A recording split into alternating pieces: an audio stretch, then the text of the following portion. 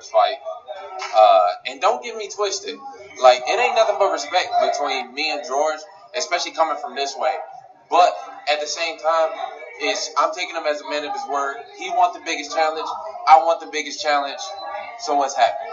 You know, November, Madison Square Garden, New York City. George, what you doing? 50 guys at lightweight, all fighting for one title.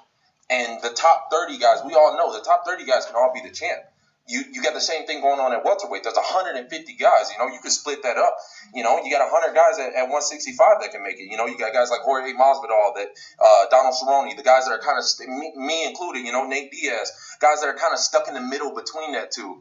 You know, when you put me next to Conor, like I'm 10 pounds bigger than him. You know, I walk around outside of fight camp at 190. I've been talking about going up for a while. They don't want me to. They want me to stay at 155.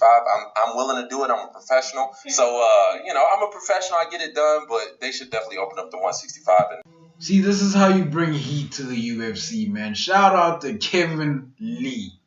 Kevin Lee has a brain, ladies and gentlemen, and he is using it.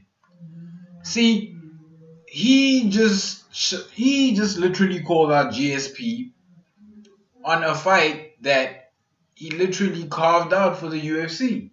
A new title, new #1 contender.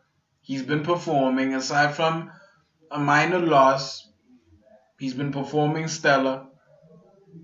Taking on not even an old vet, the last of the golden era, GSP, man.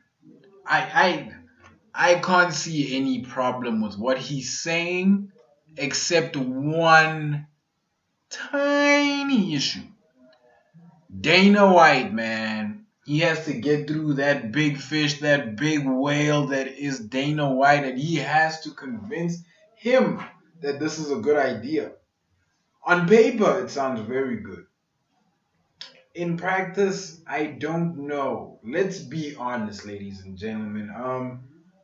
Last time GSP was heading up a pay-per-view, it did, about 800,000 buys. That's not bad. But, GSP used to pull in the millions for UFC. So it's a little strange, but not unexpected that he's not pulling in more millions. Let's assess the last pay-per-view they had. Didn't do so well. Really have to think about that. Now, Kevin Lee. Kevin Lee came up with a brilliant strategy, and I'm behind it 100%. Here's the issue. Once you set up that division, there'll be arguably bigger names to start that division off against.